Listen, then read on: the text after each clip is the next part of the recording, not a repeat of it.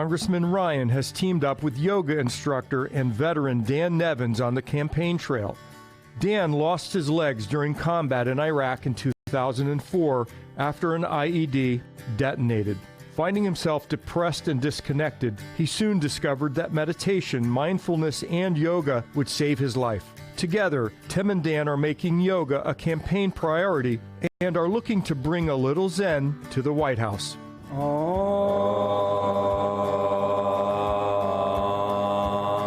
What do you think about Congressman Tim Ryan running for president? I think it's fantastic. I think it's fantastic for the Rust Belt. The work he does with veterans is awesome. He brings these core values here in the Midwest, in Ohio, specifically the Steel Valley, and he'll bring that to Washington. So right now, he has my vote because he's all on the veteran side. Practicing yoga with a presidential candidate and being led by a veteran was just what I would say was a once-in-a-lifetime experience. Congressman Ryan, tell me your perspective on yoga, what it does for you personally and meditation, and maybe what it could do for people in this country. Well, to me, it's essential today. When you're in politics, it seems like every hour there's a reason to be really upset about something happening. There's conflict all around the world, a lot of domestic issues that we're trying to deal with, and you've got to figure out something for yourself to play offense. Doing hot yoga, meditating has been essential. How can we take this message and amplify it across the country? When we just model it, not only practicing it, but then taking the opportunity to share it with people, but keep the fear out of the conversation of, well, how will they react if I offer them this tool? Especially being a male military dude, it's really difficult to say, like, hey, have you ever thought of meditation? Because a lot of them are yoga, like, oh, no, because I was the guy that was like, no, not yoga. But then once you actually have the experience, it all starts to make sense. My priority with this is the veteran, with people who made the decision to serve other people. So if there's any group, there's an urgency. For me, it's the veterans, which is why it's an essential part of my presidential campaign. You have a few tough months coming up on the campaign trail. Yeah.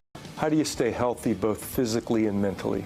5, 6, 7 days on the road, I got to get home. Like, I got to see my kids, I got to see my family, I got to have my wife tell me to take the garbage out. Like, I just I need to be reconnected with the people that I love the most, and the people that are inspiring me to do this in the first place is the kids and what their future is going to be like. So touching base with those relationships is really important too for my mental health. With over 20 veterans a day committing suicide, Ryan believes it's now more important than ever to integrate yoga and mindfulness into the healthcare system, and it's not just for veterans. Ohio is struggling with a serious national opioid epidemic. He invited us to sit down with a few veterans at a local Youngstown pub.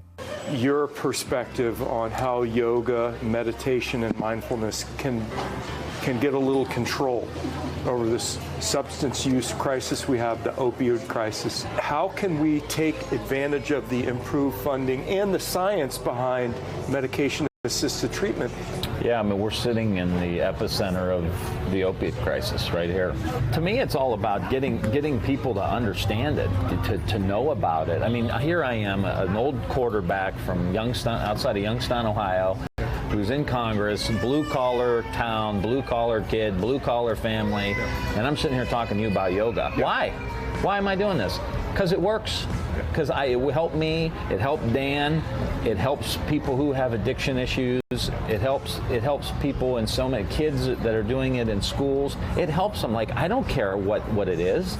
If it was something else, I'd be saying, look, we got to do this because it works. And I think leaders' jobs are to take these ideas that are working in one place or another and say, okay, how do we scale this up now? 1, 2, 3. Whoa! I went along with him, his wife Andrea, and their son Brady to the park. I asked him about the impact of rising healthcare costs in America. The fact that 75% of our healthcare costs go to chronic diseases that are largely preventable. It's like $2 to $3 trillion a year. The incentives now are treat me when I'm sick, treat me when when I have a disease, and you get paid.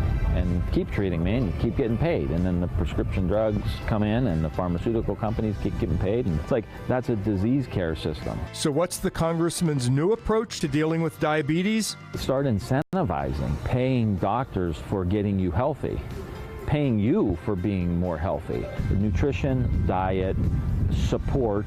Say you spent $10,000 to do that. You start to reverse diabetes. So for a $10,000 investment, you're going to reduce your expenditures by $14,000 a year for the rest of your life. Now, some people say, oh my God, that's government intervention, and here comes the government, wants to tell you what to eat. I say, bull. Like, what business person wouldn't make that same decision? And you got a guy healthy. We've got this crazy argument happening now, like the government has no role in that. Well, wait a minute, we're going to put the bill anyway. This just makes sense, and it's out there, and the research is out there. You can reverse type 2 diabetes through food and support. I mean, that's the next generation of healthcare to me. Sir, thank you. Congressman Ryan, Yeah. thank you very much Yes. for having us.